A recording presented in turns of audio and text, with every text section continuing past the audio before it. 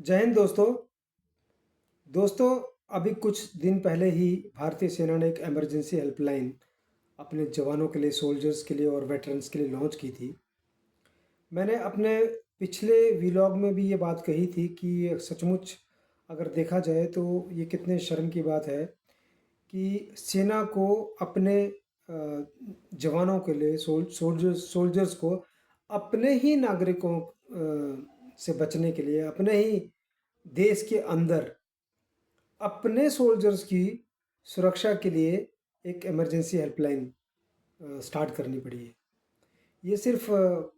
चलो, अब फौज ने तो आके मजबूरी में आकर ये कदम उठाया। जिस जिस स्पीड से, जिस गति से, जिस क्रूअल्टी से जो जवानों के ऊपर दुर्व्यवहार हो रहा है हमारे देश के अंदर, तो काफ़ी टाइम से लगातार चलता आ रहा है और बढ़ता आ रहा है। तो उन्होंने ये कदम उठाया, पर as a society, as a country, as a nation हमारे लिए सचमुच ये बहुत शर्म की बात है। हम इसको समझे ना समझे वो बात अलग है, पर सचमुच ये एक बहुत खेद का विषय है। अभी जो मेरठ में हुआ ये अनफॉर्चुनेट इंसिडेंट, उसने तो बिल्कुल ही, जैसा मैंने पिछली बार कहा था आपको कि इट वाज शॉकिंग। उसने दिल को, दिमाग को झकझोर करके रख दिया कि ऐसे लग रहा था कि जैसे उस जवान को, जो जवान कुछ नहीं, वो अपना लीव पर था, आया था, लीव से वापस जा रहा था। वो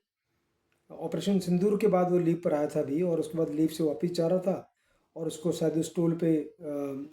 निकलने के लिए ज़्यादा टाइम लग रहा था, लेट हो रहा था वो। तो उसने मेरे ख्याल से उनसे पूछताछ करनी चाहिए, या शायद उसने हेल्प मांगी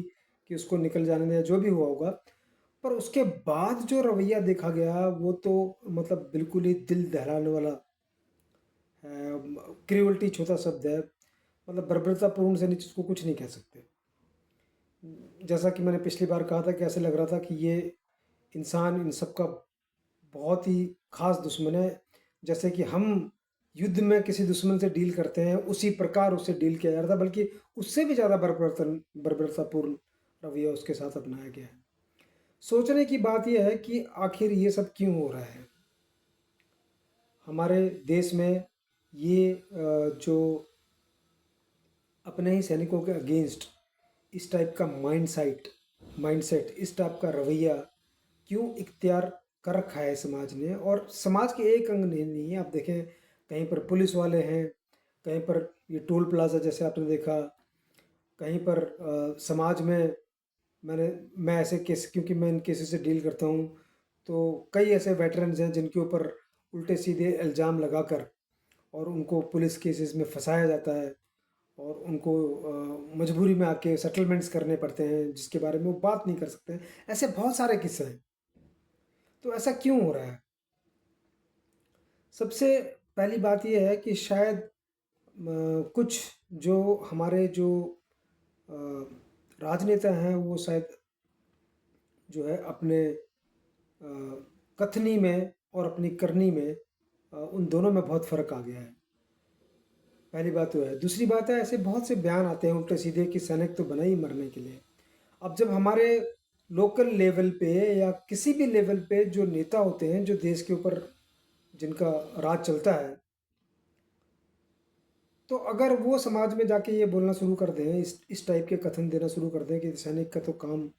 लड़ना है और सैनिक का काम मरना है, सैनिक बने ही मरने के लिए,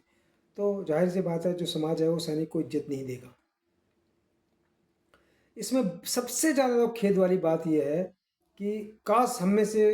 कुछ लोग ये सोचें कि एक सैनिक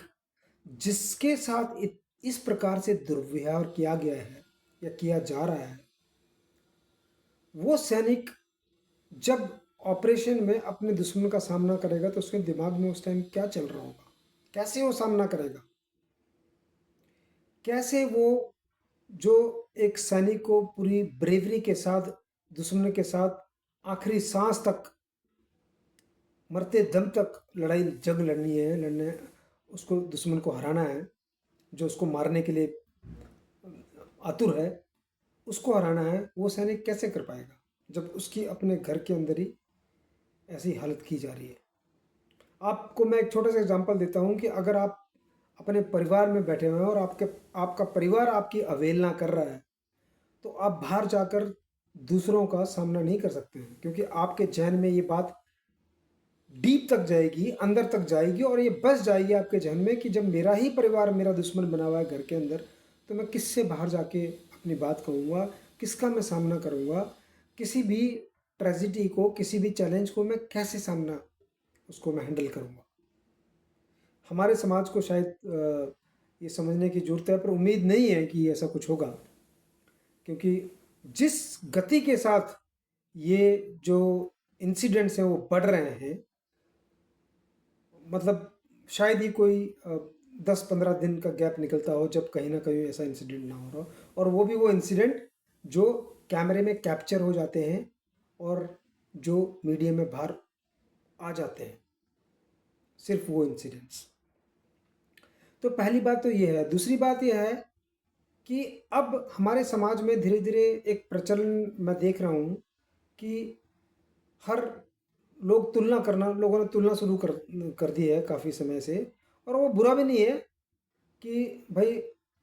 जिस प्रकार बाकी प्रोफेशनल्स अपना काम कर रहे हैं, सैनिक भी अपना काम कर रहा है, तो वो देश के ऊपर कोई बहुत बड़ा एहसान नहीं कर रहा है। ये समाज में लोग तुलना करते हैं, मेरे से भी कहा जाता है कई बार, और मैं इस बात से बिल्कुल भी अ, इसको नकारूंगा नहीं। मैं इससे एग्री करता हूँ कि हर आदमी अपने प्रोफेशनल डोमेन में जो भी वो काम कर रहा है, चाहे वो पोस्टमैन है, चाहे वो लेबर है, चाहे वो कोई और प्रोफेशनल है, वो सभी देश के लिए, समाज के लिए कंट्रीब्यूट कर रहे हैं, इसमें कोई दो राय नहीं है। और वो कंट्रीब्यूशन भी उतना ही इम्पोर्टेंट है, इसमें भी कोई दो राय नहीं है। किंतु थोड़ा सा जो फ़र्क आ जाता है वो ये है कि ये जो सोल्जरिंग वाला प्रोफेशन है, इसमें इंसान को कितनी बार अपने आप को भूलकर, अपने परिवार को भूलकर, सिर्फ देश के बारे में, देशवासियों के बारे में सोचकर, और ऐसी स्थिति आती है जब इंसान अपनी जान गंवा देता है, सेक्रीफाइस कर देता है खुद को। और उससे मिलता जुलता जो सेक्रीफाइस वो करता है वो है ये कि वो अपने लाइफ के जो इम्पोर्टेंट लम्हे होते हैं, जो उसके लाइफ का जो जवानी वाला जो समय है, उसका मैक्सिमम समय जो है वो अपने परिवार से दूर जाता है, दूर दराज के इलाकों में रहता है। इतना सा फ़र्क ज़रूर है। अब हमारा समाज में कई लोग इस फ़र्क को समझते हैं, कई नहीं समझते हैं। जो समझते हैं वो भी अच्छी बात है, जो नहीं समझते हैं वो भी अच्छी बात है। किंतु मेरा कहना ये है कि अगर मान भी लें हम एक एक एक तरीके से कि ठीक है, हम सब एक एक तरीके से अपनी सोसाइटी के लिए, अपने देश के लिए कंट्रीब्यूशन दे रहे हैं, तब भी ऐसा कोई कारण नहीं बनता है कि सैनिकों के साथ ऐसा दुर्व्यवहार किया जाए। और तीसरा जो मैं कारण देखता हूँ वो ये है कि जो एडमिनिस्ट्रेशन है, जो मैनेजमेंट है, वो लोग जब खुद इस कार्रवाई में इन्वॉल्व हो जाते हैं, तो फिर तो समाज को सीधा जो मैसेज जाता है वो जाता है कि भाई इसकी कोई कॉन्सिक्वेंसेस नहीं है, इसका इससे कोई फ़र्क नहीं पड़ता है। अगर आप कल की तारीख में आस पड़ोस में कहीं पर भी एक सोल्जर के ऊपर हाथ उठाते हैं या दुर्व्यवहार करते हैं, तो समाज को जो मैसेज जा रहा है, why by the administration, be it the local governments, at the police station level, at the district level, तो जो मैसेज जाता है वो यही जाता है कि भाई आप बहती गंगा में आराम से हाथ धो सकते हैं, किसी को कोई फ़र्क नहीं पड़ता है। और जो सैन्य अधिकारी हैं वो इसके अलावा कि वो किसी से रिक्वेस्ट करें, किसी से बात करके देखें, इसके अलावा उनके पास कोई चारा नहीं होता है। आप देखिए कर्नल बात वाला किस्सा आप देख लीजिए, किस लेवल तक हो गया, कितना कुछ डिस्कशन हुआ, किंतु जो उसमें अधिकारी जो उसको देख रहे थे उनका फाइनली प्रमोशन हुआ, उनके ऊपर किसी ने उंगली नहीं उठाई। मैं उन सब इंस्पेक्टर्स या उन सिपाहियों की बात नहीं कर रहा हूँ जिन्होंने ये वहाँ पर दुर्व्यवहार किया कर्नल बात के साथ। उनकी तो खैर अब समझ जितनी है उतना ही वो सोचेंगे, पर उसके ऊपर जो लोग बैठे हुए हैं उनका कर्तव्य बनता था, उन लोगों का ये रिस्पॉन्सिबिलिटी है कि वो इस बारे में लोगों को कोई पॉलिसीज़ दें, कोई ट्रेनिंग दें, कोई अवेयरनेस कराएं, पर ऐसा नहीं होता है। अभी ये मेरठ वाला किस्सा आप देख लें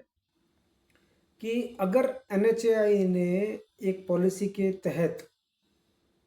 जितने भी जो उनकी एजेंसीज हैं जो ये टोल प्लाज़ा हैंडल करती हैं, आउटसोर्स कर रखी है एक्टिविटी, अगर उनको सख्त निर्देश पहले से दिए होते, उनको कोई पॉलिसी बना कर दी होती कि भाई आप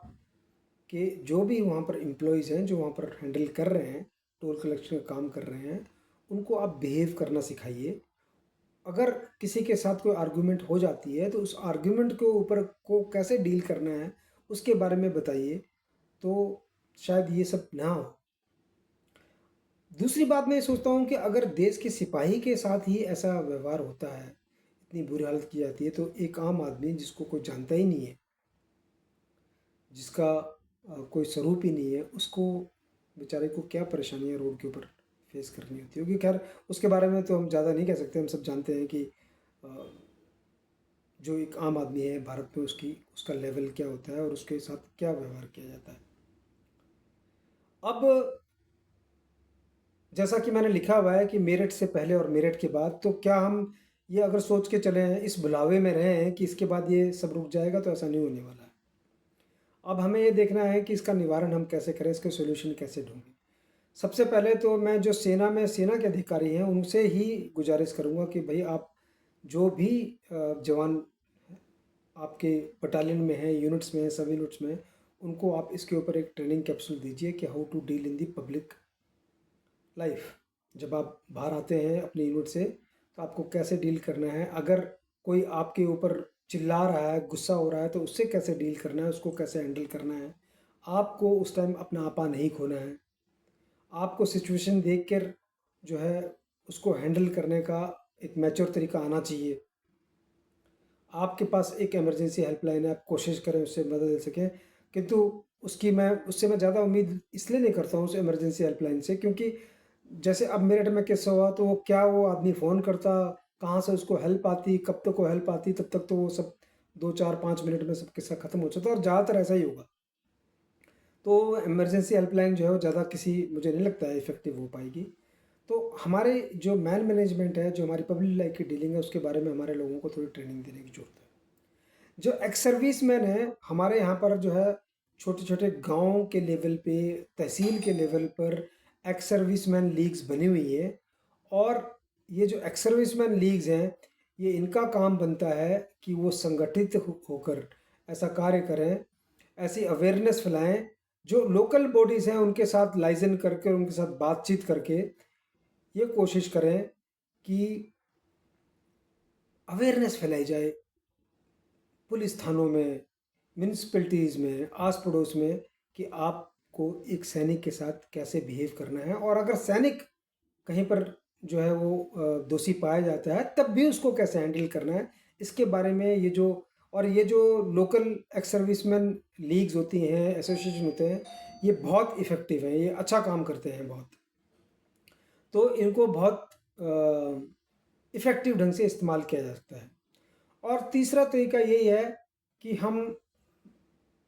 किसी भी स्तर पर, चाहे हम कहीं भी कार्यरत हैं, किसी भी डिपार्टमेंट में हैं, किसी भी ऑर्गेनाइजेशन में हैं, हम इस बात को, जो नॉलेजेबल लोग हैं, जो इस चीज़ को समझते हैं कि what is public behaviour, how to handle things,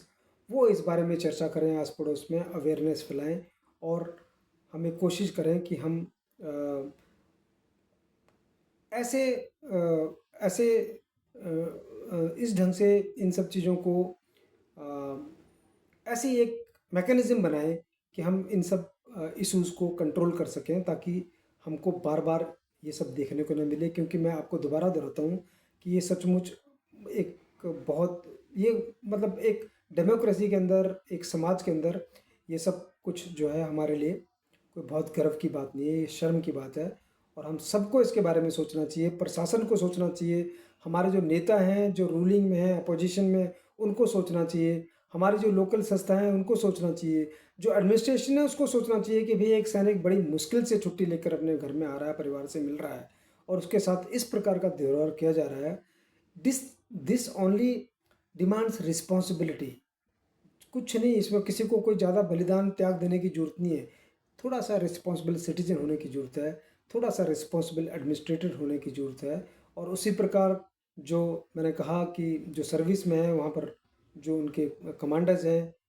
वो एक पॉलिसी बनाएं, उसके बारे में एजुकेशन अवेयरनेस दें, और जो एक्स सर्विसमैन लीग हैं वो इसमें भारी रोल